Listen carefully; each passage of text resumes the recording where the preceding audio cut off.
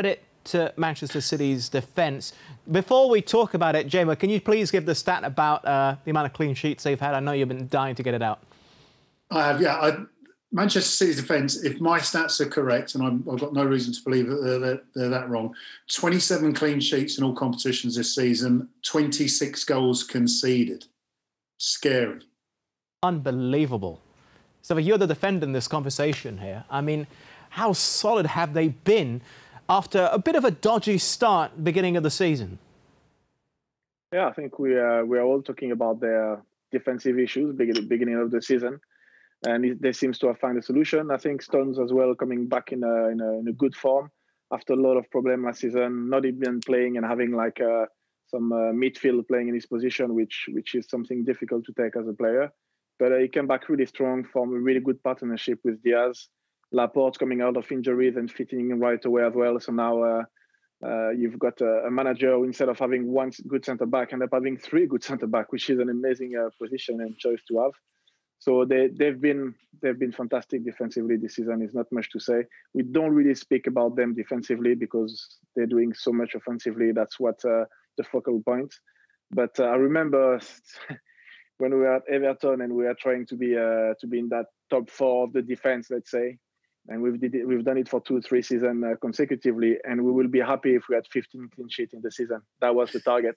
So when you hear 26, 27, you just feel like it's insane. It's insane. How much of this is down to Ruben Dias? Even if you look at the Champions League, which I think would be the ultimate trophy for Pep and Manchester City and the owners, it's the one they really want. I don't think they've conceded in about 11 hours in Europe, Jamo, but how much of it is down to Ruben Dias and what he's done for the side? Is he as good as everybody's saying he is? I think I'm going to go back old school here when people talk about Ian Rush being the first line of defence for the dominant Liverpool side, if you like. Dias as a defender, superb. As Sylvain said there, when John Stones came into the side, there was a question mark over how long he was going to be in there because Laporte had been the go-to man. John Stones steps in, absolutely superb, and the partnership, I think, with John Stones and Dias, they've actually scored more goals when they've partnered each other in the Premier League than they've conceded. So, the goal threat from Manchester City comes from just about every angle except for Edison in goal, and as you know, he wants to take penalties. So it's kind of like everybody is so good offensively and also defensively that the likes of Dias look better because the goals aren't going in. But I think just have a look at today's game and those chances that Everton created. Zach Stefan, I think the most difficult point of his game was a through ball in the first half where he'd slid out and sort of complicated the situation. Yeah. It wasn't because the defence wasn't good enough. And Dias is superb. But as I say, I think they're in a side at the moment which, across the board, everybody seems to be able to do everything. Sylvain, Jamo has a second highest amount of clean sheets in the Premier League, and he recently did his all-time 11, and I believe that your name was there as a centre-back, so I want your opinion. I really want to get your take on Ruben Dias. How do you view him? How good can he potentially be? We saw what Van Dijk did to Liverpool. Now, the City side have dominated the landscape in England for the past few years. Yes, they didn't win the title last year, Liverpool did, but look at the trophies Pep has won since he's been there. Can Ruben Dias be the difference between a semi-final in the Champions League and getting knocked out and winning the final? First, it's an honor to be in Jamo's best 11 because he played with so many fantastic players, so I take that as a massive compliment. So thank you, Jamo. You deserve it. You deserve it. Thank you for that. Then regarding Dias, he is really good, but I will go along with Jamo on that. I think it's fitting the team. It's very difficult to compare him with Van Dijk. I think Van Dijk just by himself changed the Liverpool squad. I don't see that same influence with Dias. I just think it's just helped them to reach that momentum.